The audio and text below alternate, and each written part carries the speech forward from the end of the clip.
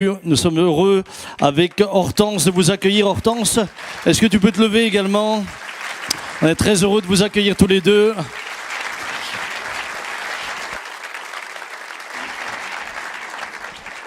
Voilà, merci le nouveau Moïse, avec sa barbe moïsienne.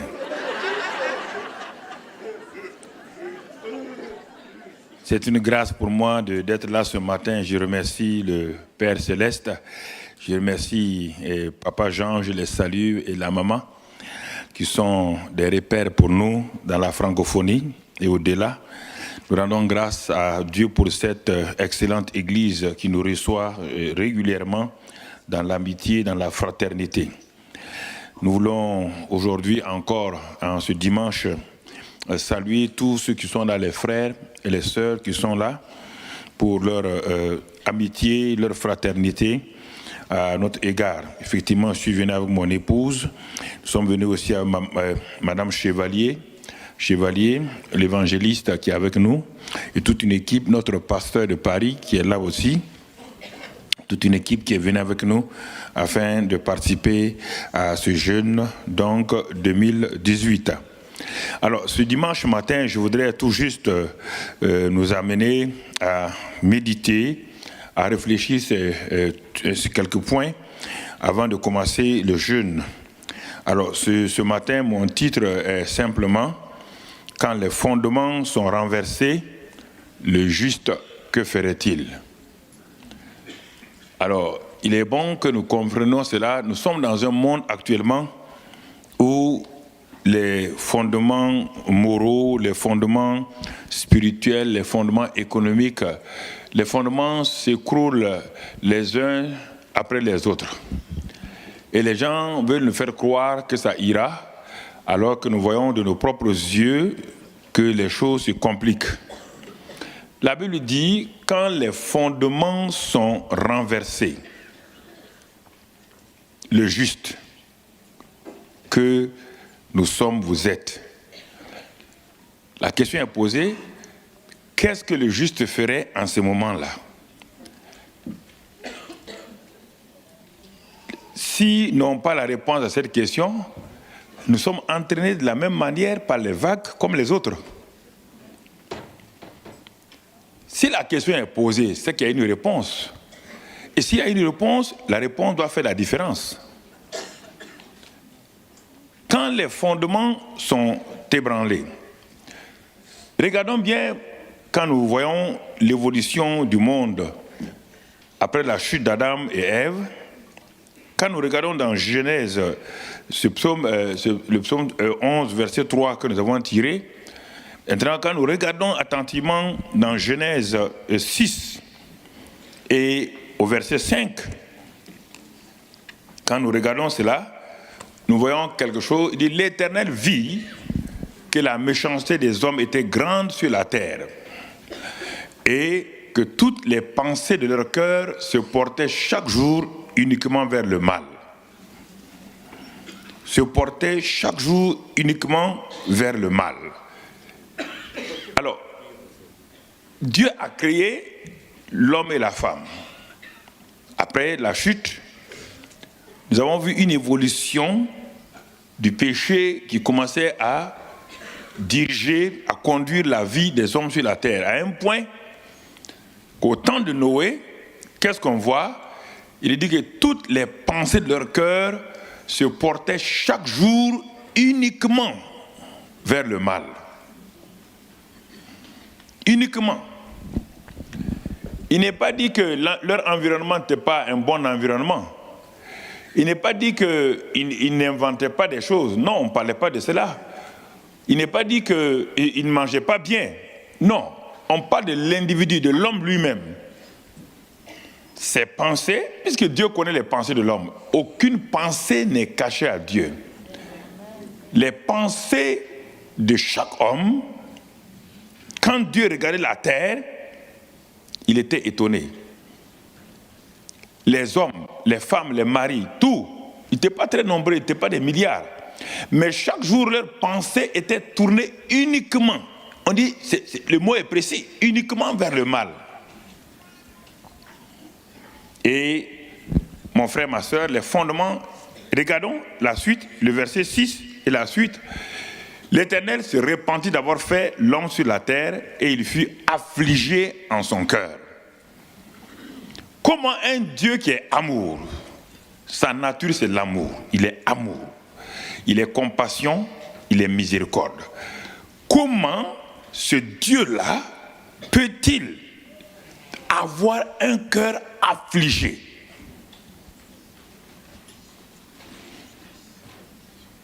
Alors c'est important que nous comprenions. Et qui en est l'auteur? Qui est l'auteur de l'affliction de Dieu, du cœur de Dieu? Il dit les pensées des hommes. Donc cela veut dire que vos pensées et mes pensées, toutes les pensées que nous entretenons en cachette, en secret, en bien ou en mal, Dieu les voit et cela affecte Dieu. Parce que la parole que nous prononçons n'est que l'expression de nos pensées que nous entretenons. Pensée, parole, acte, ça devient des habitudes. Et les habitudes deviennent un comportement qu'on ne peut pas changer. Alors, la Bible dit que Dieu était affligé dans son cœur. Est-ce que mes pensées affligent Dieu ou mes pensées réjouissent le cœur de Dieu? Je suis chrétien, sauvé par grâce, c'est vrai. Mais est-ce que mes pensées que j'entretiens moi-même, chaque jour en secret, affligent-elles Dieu? Mais si cela afflige Dieu, regardons la suite, le verset 7. Et l'Éternel dit, j'exterminerai de la terre l'homme que j'ai créé, depuis l'homme jusqu'au bétail, aux reptiles et aux oiseaux du ciel, car je me répands de les avoir faits. Ça, c'est assez grave. J'amène Dieu à se repentir d'avoir, alors que Dieu connaît la fin avant le commencement. Qu'est-ce qui s'est passé? Je me répands de les avoir créés. Et le verset 8, il est dit là-bas, mais Noé trouva grâce aux yeux de l'Éternel. Un nom apparaît dans cette grande communauté. Ce nom-là, c'est une personne qu'on appelle Noé. Noé.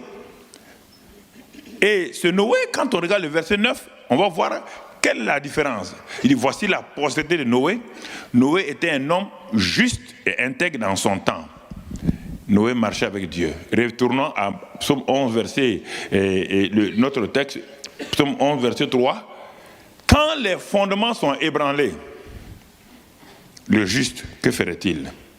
Au temps de Noé, les fondements étaient ébranlés, de telle manière que les fondements ébranlés de la terre affectaient le ciel. En ce temps, Dieu continue de regarder. Et à un moment donné, les yeux de Dieu sont fixés sur un homme. Les yeux de Dieu sont fixés sur nos vies quotidiennement. Dieu cherche un homme qui va réjouir son cœur, une femme qui va réjouir son cœur. Et brusquement, les regards, les caméras du ciel nous montrent un homme sur la terre, et les caméras de la terre, donc du ciel, font zoom. Cet homme, il s'appelle Noé. On dit, il trouva grâce, c'était un homme juste et intègre.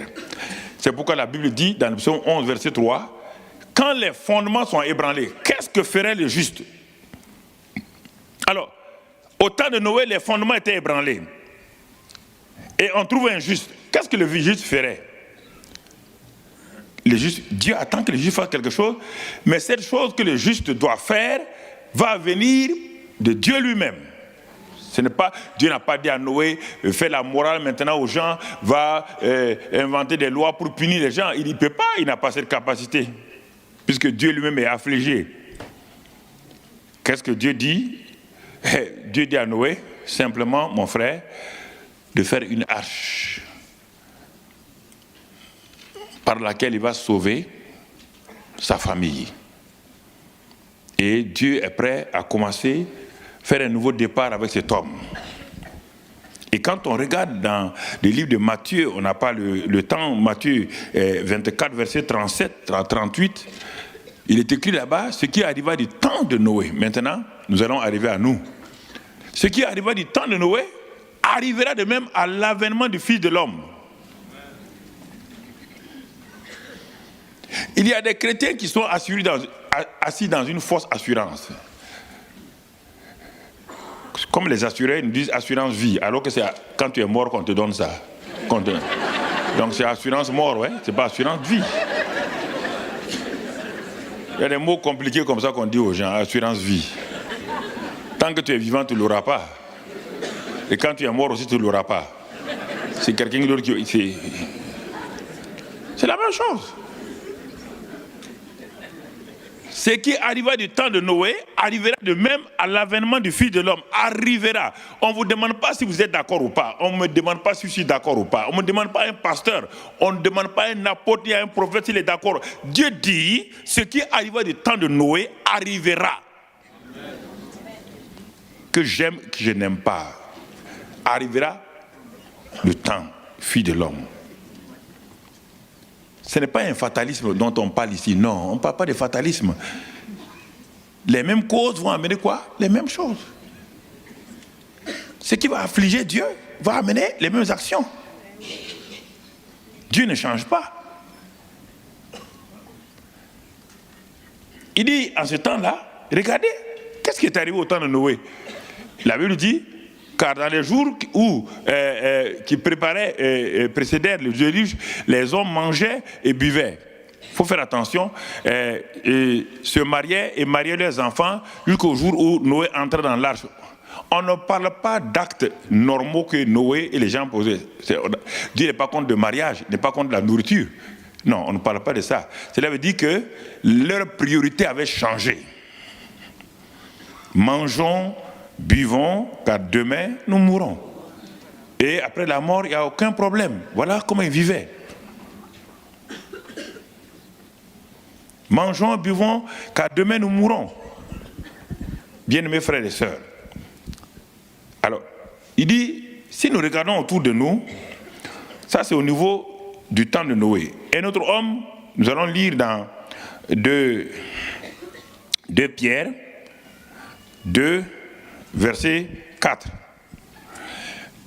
Car si Dieu n'a pas épargné des anges qui ont péché, mais s'il les a précipités dans les abîmes des ténèbres et les réserve pour le jugement, s'il n'a pas épargné l'ancien monde, mais s'il a sauvé Noé, lui 8e, ce prédicateur de la justice, lorsqu'il fit venir le déluge sur un monde d'impies, s'il a condamné à la destruction et réduit en cendres les villes de Sodome et de Gomorrhe, les donnant comme exemple aux impies à venir, et s'il a délivré le juste Lot, profondément attristé de la conduite de ces hommes sans frein dans leur dissolution.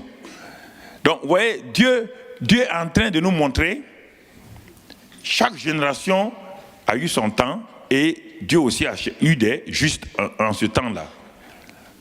Il y a eu le temps de Noé, il y a eu Noé, il y a eu Lot aussi en son temps, et chacun. Il dit, Lot, il est arrivé à Sodome Gomorrhe. À force de vivre trop proche de Sodome et Gomorrhe, son âme a été troublée, à tel point qu'il a perdu sa famille. Donc Noé, lui, il a pu construire une arche pour sauver sa famille. Ça, c'est le juste Noé qui a posé un acte. Mais quand on regarde, lui aussi va mal finir. Mais quant à Lot, lui, il avait tellement vécu, il souffrait tellement de la situation du monde de son époque, comme beaucoup de chrétiens aujourd'hui souffrent. Mais ils sont tellement si proches, ils souffrent, mais en même temps, ils ne veulent pas s'éloigner de ce monde-là. Lot savait que Sodome et Gomorrhe, ce qu'on faisait à Sodome et Gomorrhe n'était pas bien. Lot aurait pu prendre la décision avec sa femme et ses enfants. Nous allons retourner pour voir l'oncle Abraham. Par là où nous sommes en danger. Mais la Bible dit que Lot, c'est le voile. C'est par la chair qu'il a choisi les plaines vertes de Sodome et Gomorrhe. Dès le moment où la chair a dominé l'esprit, c'est difficile de prendre une décision pour se débarrasser des choses de ce monde-là, quand nous avons déjà pris des décisions pour y vivre. Notre homme intérieur ne prend pas plaisir, Romains 7, mais quand on regarde nos membres sont d'accord avec cela. C'est cette lutte que les chrétiens du XXIe siècle vivent.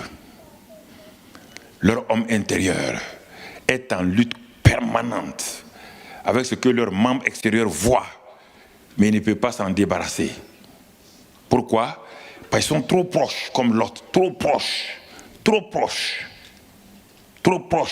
de la vie de Sodome et Gomorrhe, de la vie que mènent les gens de Sodome et Gomorrhe. On ne parle pas des choses sexuelles seulement, on parle d'une vie qui est contre Dieu, une vie qui est opposée à Dieu. L'autre était juste, mais un homme non sanctifié. Il était juste. Pourquoi nous avons été justifiés? C'est une grâce. La justification est une grâce, mais la sanctification est une décision. C'est le justifié qui dit, Dieu m'a donné sa nature de justice. 2 Corinthiens 5, 21. Nous avons été justifiés gratuitement.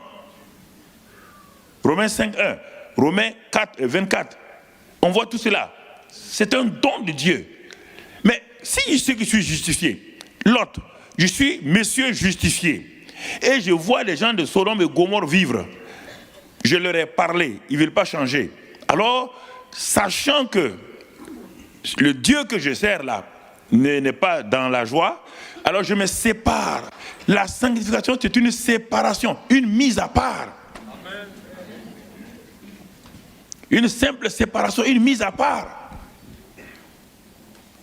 Oui, mais demain, je prendrai la décision jusqu'au jour où les choses vont arriver. Et l'autre n'a pas su. Quand la situation, les événements se sont précipités, il n'a pas pu toucher sa vie du fait qu'il était trop proche de Sodome et Gomorrhe.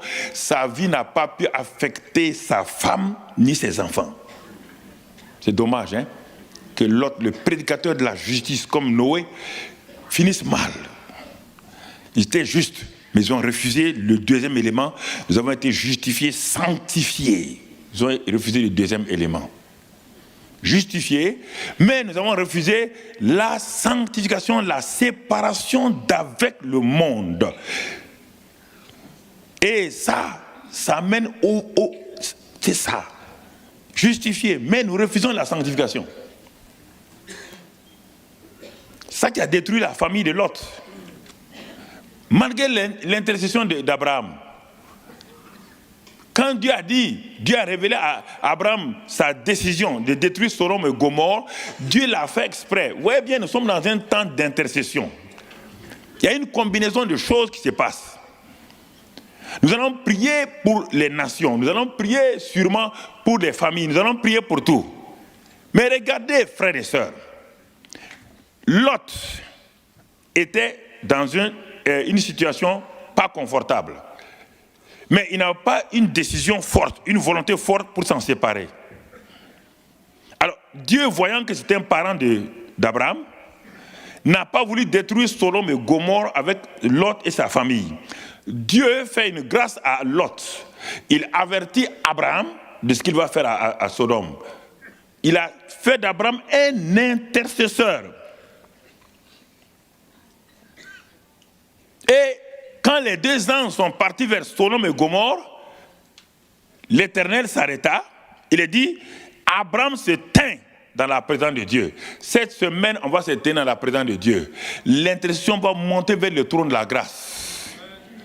Mais maintenant, mon frère, ma soeur, ceux pour qui nous intercessons, ils ont aussi leur volonté. L'intercession n'est pas automatique, il n'a pas de puissance pour changer la volonté d'un homme. Et Abraham a intercédé. Abraham s'est dit, je connais mon petit-neveu, c'est pas un gars très bien. Il est justifié à cause du fait qu'il est sorti avec moi. Mais je ne crois pas que le fait qu'il soit parti à Sodome et Gomorrhe et les mauvaises nouvelles que nous entendons sur la ville de Sodome et Gomorrhe, cette ville jumelle-là, Les nouvelles ne sont pas bonnes. Je ne sais pas s'il a pu vivre dans la sanctification, s'il a pu vivre dans la séparation. C'est vrai. Et Dieu dit, c'est pourquoi je suis venu. Il a commencé à intercéder. S'il y avait 30 personnes, 20 personnes. Mais Abraham s'est dit, mais je suis sûr, non seulement le monsieur ne doit pas se sanctifier, mais ce n'est pas un monsieur aussi qui gagne des âmes. C'est ça le dommage. Beaucoup de chrétiens sont justifiés. Ils ne gagnent pas des âmes, ils ne font pas de servir pour Dieu. Ils ne sont pas engagés pour Dieu. Pourquoi Abraham a intercédé le nombre? Il s'est dit, Lot, sa femme, ils sont 2. Ils avaient 2 filles. Et on nous a dit que les 2 filles sont mariées. Donc, 4, plus 2, donc sont 6. Donc l'autre s'est dit, mais s'ils sont 6, quand même, ces 6 personnes, ils ont pu toucher des gens. Et l'autre, c'est pourquoi Abraham a diminué jusqu'à 10 personnes. Il s'est dit quand même, 6 personnes, gagner 4 personnes pour faire 10, c'est bon.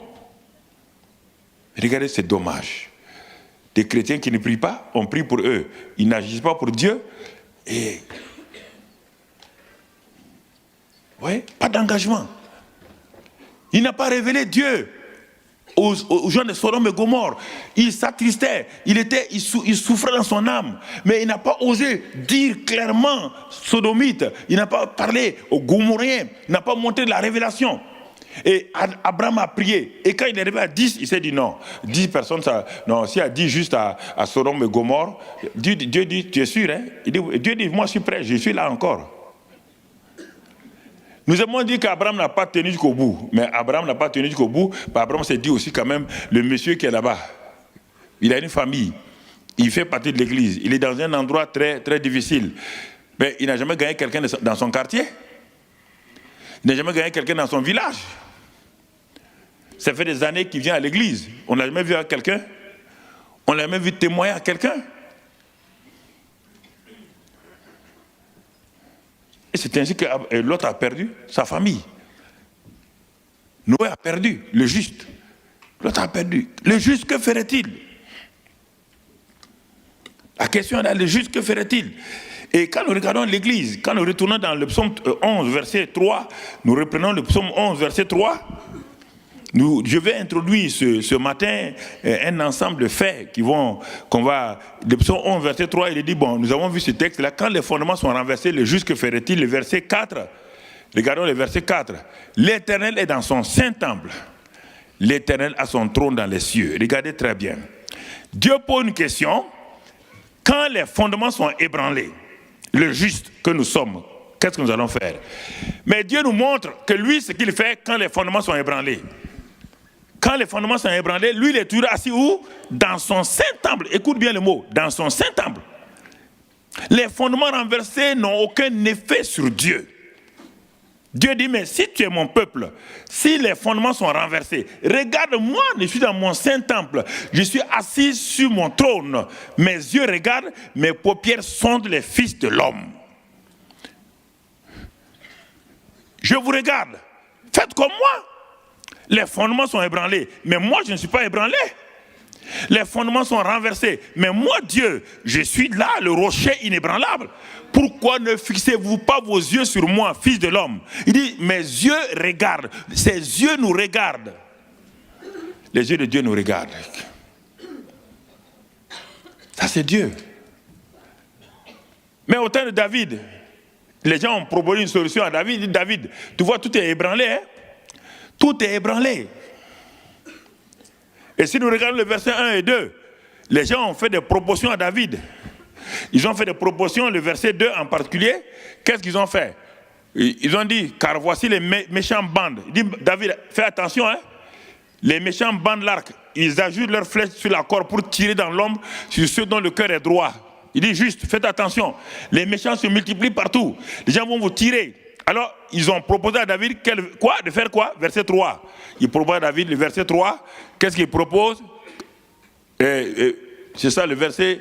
Il dit, mais fuis dans les montagnes. Le verset 1, je crois. Fuis dans les montagnes. Va là où va te cacher. Mais David dit non.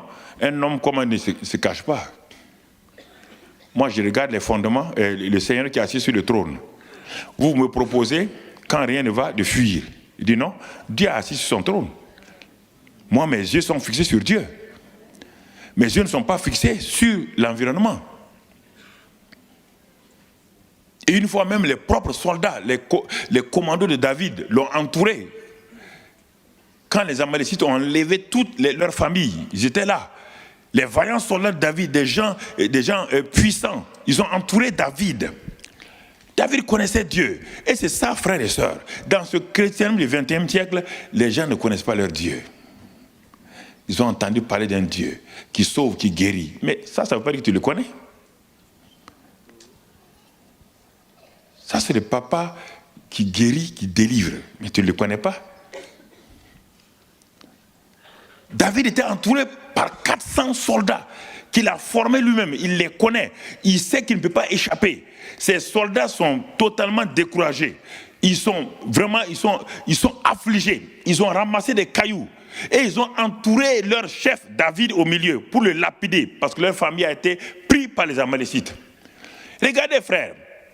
Pourquoi? Parce que David connaissait Dieu. Le psaume 139 dit, quand je m'assieds, il est au courant. Sa main sur moi, il m'entoure devant par derrière. C'est ça, être conscient de la présence de Dieu. Quand on est conscient de cette présence-là, les événements peuvent se passer. Les critiques peuvent venir. Les gens peuvent... Quand vous n'êtes pas conscient de ça, vous allez prier. Vous ne pouvez pas prier quand vous avez 400 soldats que vous avez formés. 400 vaillants hommes formés avec des cailloux. Ils sont découragés et vous êtes au milieu. Ils ne vont pas vous attendre de prier. Ils vont vous lapider. Qu'est-ce qui s'est passé pour que David change la situation? Le psaume 139 dit que, mais partout où je suis, sa main sur moi. David, tout de suite, là, a pris conscience, comme il a écrit dans le psaume 139, il a pris conscience que Dieu est là. Il a dit, David s'appuya sur l'Éternel. Alors dis-moi, est-ce que l'Éternel est une canne pour qu'il s'appuie? Non. Est-ce que l'Éternel était là pour qu'il s'appuie? Non. Il s'est appuyé sur quoi? Sur la parole de Dieu qui dit, je suis avec toi, je suis toujours avec toi, et ne regarde pas à droite ni à gauche. Regarde les psaumes de David. Il savait qui était Dieu, il connaissait Dieu. Quand il s'est appuyé sur l'Éternel, qu'est-ce que ces soldats ont vu? Ils ont vu leur capitaine. Cet homme-là était métamorphosé devant eux. Ils ont vu cet homme-là brusquement. Un homme qui est aussi affligé comme eux. Un homme qui a perdu sa famille comme eux. Un homme qui est dans le désarroi comme eux. Ils ont vu cet homme-là être transformé. Les soldats ont baissé le caillou. Et David a dit au sacrificateur d'amener le l'urim et le thummim, il va consulter. Quand les fondements sont ébranlés, et que tu n'as pas une connaissance de ton Dieu, tu vas courir partout. Les gens vont te maltraiter. Les gens vont te proposer des solutions. Comme ils ont proposé à David, dans le verset 1, psaume 11. Va là, cours ici, va dans tel endroit, il y a une ressource. Mais David, non, où irais-je? Loin de lui. Il était ici, il est avec moi. Quand je m'assois, il est au courant. Quand je me lève, il est au courant. Il est assis au ciel, la terre est son marchepied. Où irais-je loin de lui? Je n'ai pas à aller le chercher. Il est présent. Quand les fondements sont ébranlés, frères et sœurs, nous devons nous rappeler une chose. Est-ce que le Dieu que nous servons est réel? Il est prêt avec nous. Est-ce qu'il est là?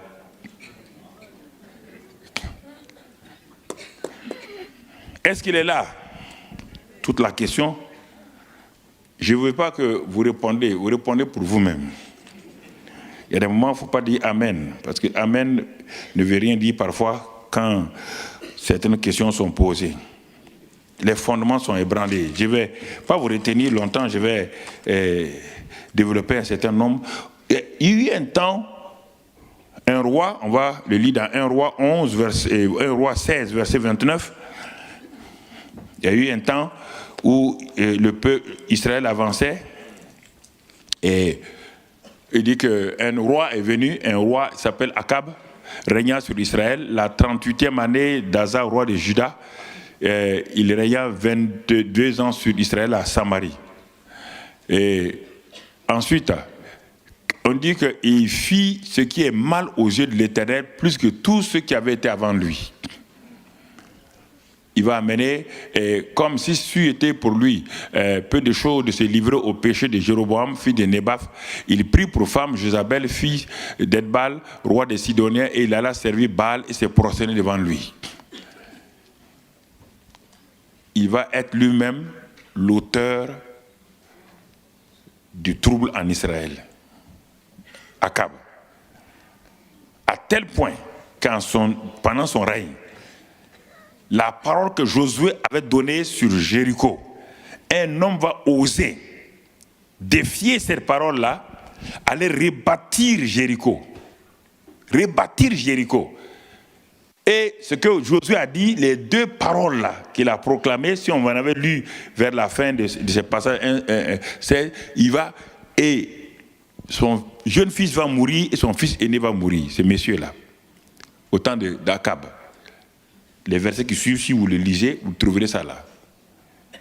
Mais en ce moment où les fondements étaient ébranlés, l'autel de Dieu a été renversé. L'autel représente, l'autel et l'arche de Dieu ont été renversés.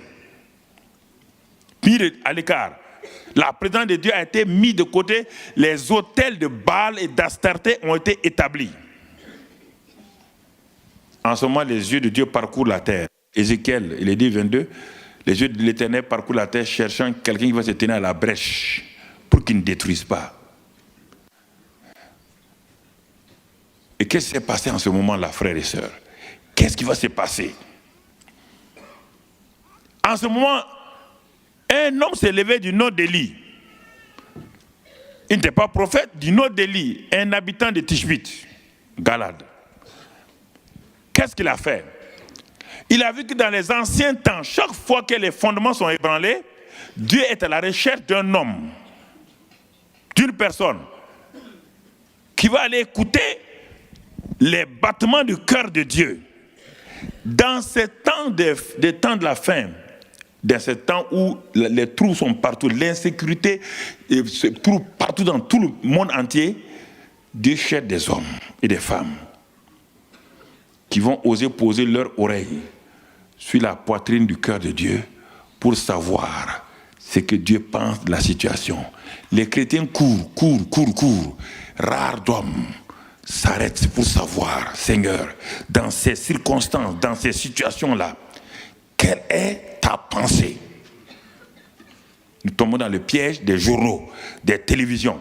Nous tombons dans les pièges de ceux qui nous envoient des renseignements et nous refusons d'aller vers Dieu. Vous croyez que notre temps est pire que les autres temps? Non. Mais en ce temps-là, chaque homme, Élie a décidé, il y avait 7000 hommes qui n'ont pas fléchi les jours devant Baal, mais ils ne sont pas allés au point d'Élie. Élie a décidé d'aller, il est dit dans la version d'Arbi, d'aller se présenter devant l'Éternel. Il est allé dans le lieu secret. Il est resté là jusqu'à ce qu'il entende la voix de Dieu. Quand les fondements étaient ébranlés, quand les faux prophètes sont entrés en action, 450 prophètes et 300 prophètes de Baal et d'Astarté, quand ils mangeaient et que l'autel de Dieu a été mis de côté, cet homme a dit à Dieu, Seigneur, que vois-tu et qui dis-tu sur le pays? Actuellement, Dieu parle sur toutes les nations. Combien de chrétiens dans ton pays, quelle est la voix? Qu'est-ce que tu entends qu'est-ce que Dieu dit sur la France? Qu'est-ce que Dieu dit sur l'Alsace? Qu'est-ce que Dieu dit sur la région? Le frère, ce n'est pas le problème d'aller prier. C'est de savoir qu'est-ce que Dieu est en train de dire actuellement. Ce que Dieu est en train de dire actuellement. S'il n'y a pas ça, vous allez prier sur quoi? Vous allez demander à Dieu, mais il n'y aura pas de satisfaction. Qu'est-ce que Dieu dit? Qu'est-ce que Dieu dit sur la région? Qu'est-ce que Dieu voit? La voix de Dieu est importante. La voix de Dieu est importante. En 2014, nous étions à Toulouse. Je suis retourné à mon église d'origine où j'ai été converti pour prêcher à Toulouse. Début octobre. Et là, nous avions la conférence des femmes en fin octobre. une conférence qui draine plus de 15 000 femmes qui viennent du monde. Et déjà, les femmes avaient déjà engagé des fonds pour préparer la conférence, des millions. Et là, je priais à Toulouse, Dieu me dit, guerre civile au Burkina. Si vous ne priez pas, j'ai dit à ma femme, Dieu vient de me parler, guerre civile au Burkina. Si on ne prie pas, dans 30 jours, le pays rentre dans une guerre civile. J'ai dit à Dieu, mais qu'est-ce qu'il faut faire? Il dit, bon, il faut que vous rentrez, dès que vous finissez, commencez 30 jours de prière, intense. 30 jours. Et j'ai dit à ma femme, on arrête la conférence des femmes parce que quand je compte la conférence des femmes, l'ouverture de la conférence des femmes va correspondre net avec le jour de la guerre civile, dit Dieu. Donc, on va suspendre ça, on va arrêter. Elle était d'accord. On a téléphoné qu'on arrête l'organisation. Nous sommes rentrés, on a commencé la prière. On a commencé. Dieu dit continuez chaque semaine. Quand nous avons commencé à dire ça, les chrétiens de toute la ville venaient maintenant. Les gens venaient de partout. On priait matin, midi, soir. Priait matin, midi, soir. On priait matin, midi, soir. Priait matin, midi, soir. Et la dernière semaine, et le jeudi, où la décision devait être prise pour chose, le Seigneur me dit, l'assemblée était là. On avait plus de 3 000, 4 000 personnes là. J'ai dit là, il y avait les membres du gouvernement. J'ai dit devant eux, demain matin, Dieu m'a dit, si le sang qui est versé au Burkina Faso, tout le régime actuellement est renversé. Tout le gouvernement est renversé. Le président actuel, tout. Les gens m'ont dit, mais t'as pas peur? Je dis non. Je parle de la part de Dieu. Je ne sais pas du cinéma. Ils me connaissent. Ça fait plus de 5 fois. Tous nos chefs d'État qui ont été au Burkina, Dieu m'a prévenu comment il y aurait des renversements de pouvoir. Il y a plus de 30 ans. Chaque gouvernement qui serait renversé, 30 jours avant, Dieu me dit. Et je le dis publiquement que tout le monde sache. Et là, on était là, j'ai dit, il dit demain matin que personne ne sorte. Je ne vais pas voir un chrétien au dehors, parce que c'est une décision. Si vous croyez en moi, croyez. Si vous ne croyez pas, tant pis. Le lendemain matin, à 9h, un caméraman de l'Assemblée nationale me téléphone, pasteur, le sang est versé. Il dit, bon, ok, le sang est versé, le gouvernement s'en va. Les gens ont dit non, le gouvernement a été renversé. Et il y a eu ce qu'on appelle l'insurrection populaire au Burkina. Tout le gouvernement est renversé. Pourtant, c'est un gouvernement inattaquable. Les militaires, ils avaient tout. Dieu a bloqué la guerre civile, la transformé en insurrection. Qu'entendez-vous sur le pays? Qu'entendez-vous? Vous écoutez beaucoup de choses, vous entendez. Parfois, vous entendez beaucoup de choses. Mais entendez-vous la voix de Dieu? Il y a plusieurs voix qui nous sollicitent. La voix des politiciens nous sollicite. La voix des journalistes nous sollicite. La voix de la société civile nous sollicite. Mais et la voix de Dieu? Quelle est la voie qui vous mène? Aucun politicien sur cette terre n'a aucune solution. Dans aucun pays. Aucun. Pour le monde actuel là. Aucun. Aucun. Je les rencontre. Je leur parle clairement. Vous n'avez pas de solution. Vous le savez très bien. Que ce soit ici, partout. Vous n'avez pas de solution. Laquelle? Proposez-la moi. Dites-la moi. Vous voulez nous amener où? Vous voulez nous amener où? Vous savez où vous voulez nous amener? Voilà la question. Mais en ce temps, l'Église ne fait pas comme Élie. Le peuple a peur. Les Baals sont là. Les Atartés sont là. L'Église est attaquée de tous les côtés. L'Église, au temps d'Élie, est attaquée de tous les côtés. De tous les côtés. Quand on parle au peuple, le peuple a peur. Le peuple ne prend pas de... Élie dit, si l'Éternel est Dieu, venez. Si Baal est Dieu, venez là.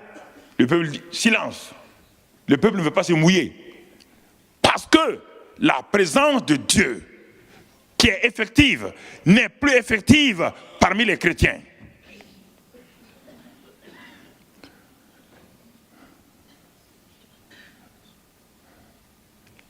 Ça, c'est important, frères et sœurs.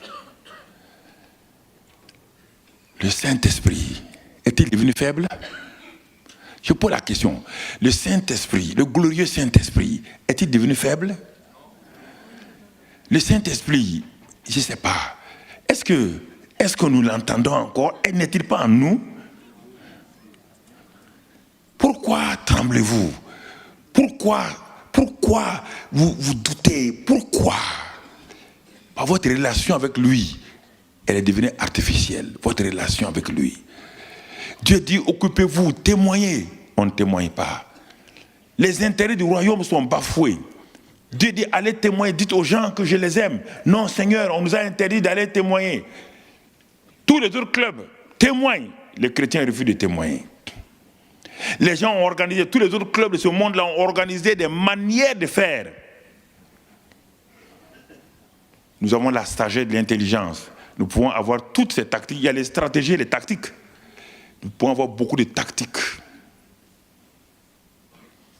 Toutes ces femmes qui sont assises dans nos églises, les dîners de dames, les dîners, les goûters de femmes, les samedis soirs, tous ces jeunes gens-là, tous ces jeunes gens qui sont là, au lieu de faire des concerts dans les églises, pourquoi ne pas aller faire des équipes de football, sans dire que c'est une équipe chrétienne, et par là, organiser ces matchs avec les gens du quartier et même des équipes, des minimes, équipes cadettes de la ville. Il y a tellement d'opportunités.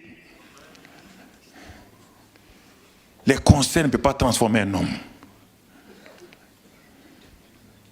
Ça peut réjouir leur chair, mais ça ne transforme pas un homme. J'ai été converti quand j'étais jeune étudiant aussi, mon frère.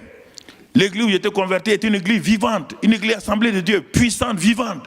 J'ai vu des miracles, j'ai vu des morts ressuscités en plein culte. Comme Papa Jean a vu toutes ces choses-là. Mais moi, j'étais jeune. Et le pasteur nous a mis dans les rues.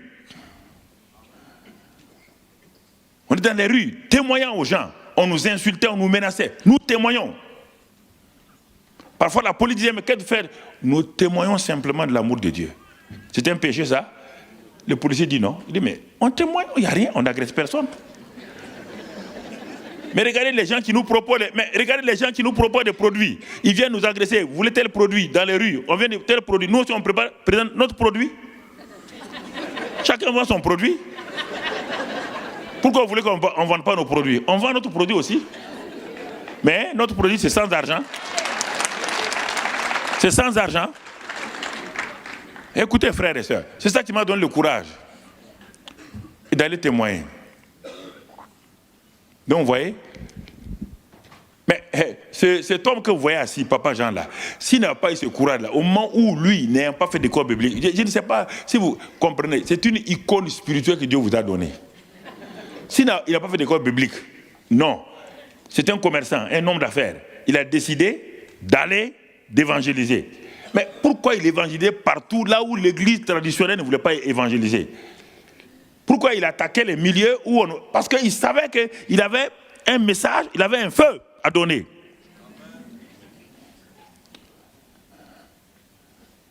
C'est cela, frères et sœurs. Il a été critiqué et tout, mais il n'est pas là. Il est là sur les deux jambes. Tu as déjà vu la critique tuer quelqu'un? Non. Restez ferme. Positionnez-vous, marchez. C'est cela, frères et sœurs. Donc, nous voyons l'église ici. L'église, Dieu dit, il cherche un homme dont le cœur entier à lui. Dieu dit, l'église, vous devez vous positionner. L'église, dans Acte 4, quand on a arrêté Pierre et Jean, leur interdisant de prêcher, l'église a dit, ah bon, vous voulez nous empêcher de prêcher? Acte 4. Ils sont allés faire quoi? Ils sont allés prier et jeûner. Et qu'est-ce qu'ils ont dit? On va lire leurs paroles dans Acte 4 et au verset 29. On va lire leurs paroles là-bas. Acte 4, verset 29. Et quand ils finissaient leur prière, ils ont dit, et maintenant, Seigneur, vois les menaces de ceux qui sont contre ton œuvre et donne à tes serviteurs, Pierre et Jean, de fermer leur grande gueule. Non, mais on dirait que c'est ça, hein. Ou bien, Seigneur, donne-moi de voir clair. Ah. Donne-le à tes serviteurs de se taire. Non. Donne à tes serviteurs d'annoncer la parole avec une pleine assurance.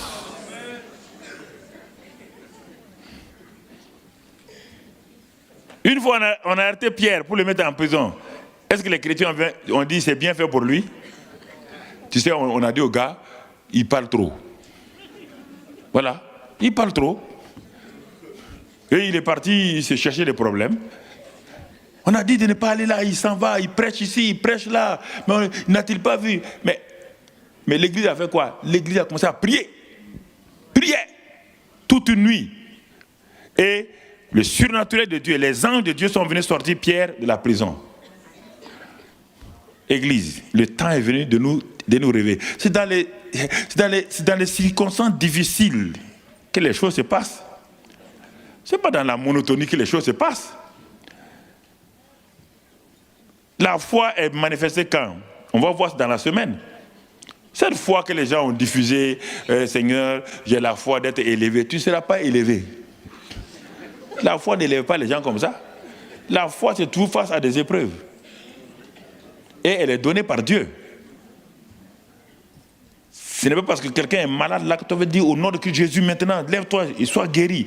Maintenant, les versets ont dit, Ésaïe 53 a dit, 1 Pierre 2, 24 a dit, mon frère, si c'est comme ça, tous les hôpitaux de Toulouse, Milou seraient vidés il y a longtemps. Seraient vidés. Il faut que vous reveniez sur vous-même. Si la foi était comme ça, il n'y aurait aucun malade dans aucun hôpital.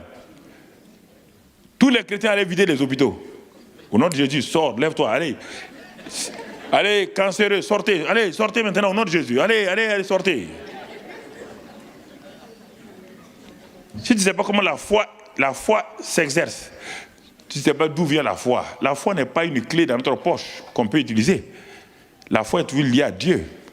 Et la manifeste. Je parle de la foi qui opère des miracles, des guérisons. Ce n'est pas quelque chose dans ma poche. Les gens croient à ça. C'est pourquoi les gens sont trompés aujourd'hui. Je crois. On le verra. L'homme dit je crois, mais viens au secours de mon incrédulité. Quand il dit croire et foi, ce n'est pas la même chose. Pourquoi dans la même phrase il dit je crois et il parle en même temps incrédulité, manque de foi. Il faut comprendre. L'homme croit. Ça, c'est la capacité de l'homme de croire. La foi vient de Dieu toujours. Au moment où tu crois, Dieu donne le pouvoir à ceux qui croient de devenir maintenant. Dieu manifeste la foi à quelqu'un qui croit. Tant qu'il n'a pas mené la foi, tu peux croire, il n'y aura rien. Je crois que Dieu guérit. Formidable. Mais tu es mort. Ah, mais oui. Je crois ça. Oui, c'est la bonne position. Tu dois croire. Attends Dieu quand tu crois. Attends qu'il manifeste la foi. Aie les yeux fixés sur l'auteur et le consommateur de la foi au moment où tu attends dans ton épreuve. Au moment où tu attends, regarde toute la Bible sur ça. Et puis nous confondons la foi des anciens avec la foi. Hébreux 11, la fin de Hébreux 11 dit que tous ces gens qui avaient la foi auxquels le témoin a été rendu, ils n'ont pas obtenu. Pourquoi? Parce que Dieu attendait des meilleures choses à travers nous. Et nous, c'est pas à travers quoi? Hébreux 12, verset 1, 2, 3, il dit, parce que nous, la foi étant venue dans Galates 3, il dit, la foi étant venue dans Hébreux 12, 2, 3, il est écrit là, l'auteur et le consommateur de la foi.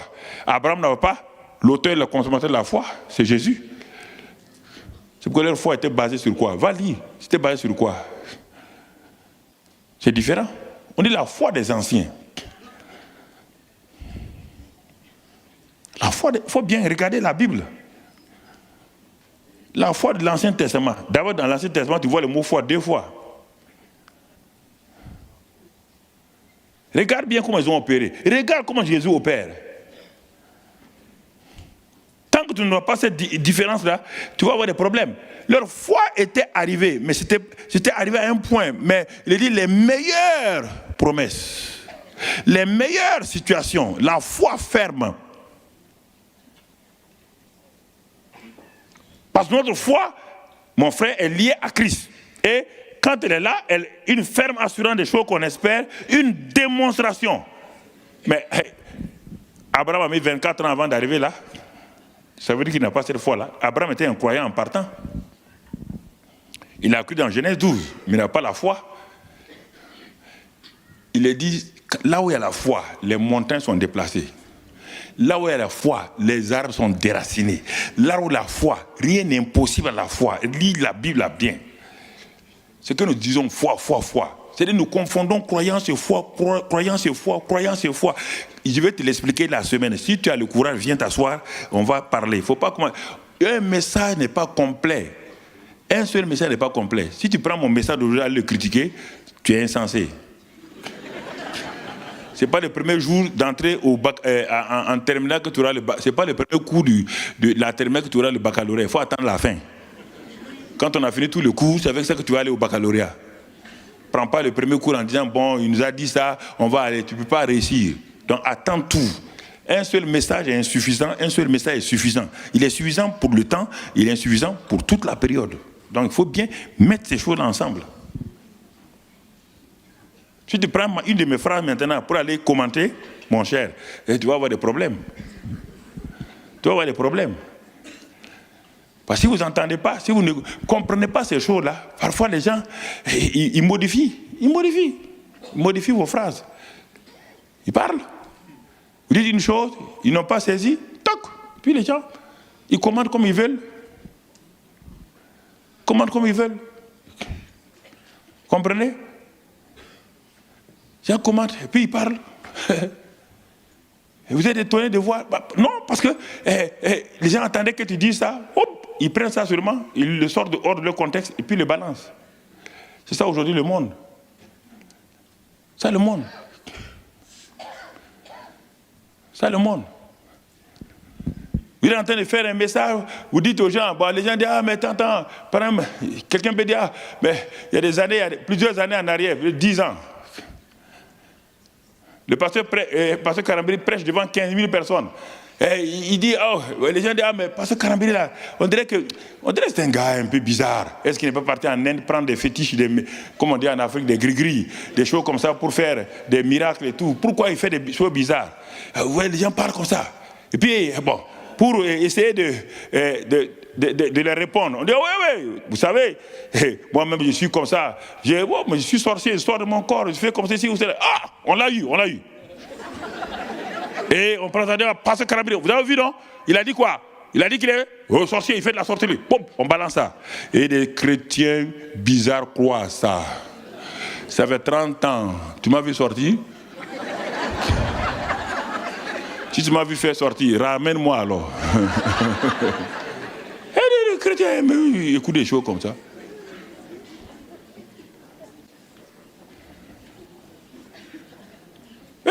Tu prêches, tu dis, ah oui, mais on dit, ah, mais tous les pasteurs sont des voleurs. Et tu dis, oui, moi-même j'ai volé dans une banque. Ah, tiens, voilà, on l'a eu. Tu es un kidnappeur de banque. Vous savez, il y a plein de choses comme ça que les gens disent. Mais si vous regardez, frère, il faut être sage dans les choses. Il faut être sage dans les choses. Donc, il faut comprendre ce que Dieu dit.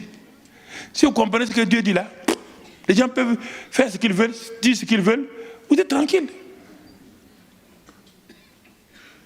Vous êtes tranquille. Tranquille. Et vous marchez. Vous marchez. 5 minutes et puis je vais vous libérer. Parce qu'on sera ensemble. On sera ensemble. Les fondements familiaux sont ébranlés. Vous voyez bien? Les fondements familiaux, les fondements spirituels sont ébranlés. Les fondements familiaux sont ébranlés. Et l'Église même a des problèmes. Les églises ont des problèmes avec les fondements familiaux. Les mamans ne savent plus quoi faire. Parce qu'au moment où les mamans éduquent leurs enfants avec les papas, en ce temps, la société leur éduque autre chose. Donc les parents ont des difficultés. Alors maman, quand les fondements familiaux sont ébranlés, toi maman juste, que dois-tu faire? C'est ça. Le juste, que ferait-il? Les fondements. On dit de ne plus d'éloigner la verge de l'enfant. La Bible dit de ne pas éloigner la verge de l'enfant. Alors, le juste, que ferait-il? Vous comprenez? C'est ça. Je vous raconte mon histoire. Quand mon papa était un analphabète chronique. Quand tu montres I, il ne sait même pas qu'est-ce que I. Il ne sait pas lire, il ne sait rien du tout. Il m'a mis à l'école en se disant, bon, moi je ferai mieux que lui. Et vous imaginez, le premier mois de mon année scolaire, quand on m'a mis à l'école, j'ai commencé à faire école buissonnaire, sans savoir ce qu'est école buissonnaire. Je ne partais pas à l'école. École buissonnaire, au CP1. Et le maître est venu, à l'époque, les maîtres, vous savez, les maîtres étaient exigeants et puis ils surveillaient les enfants.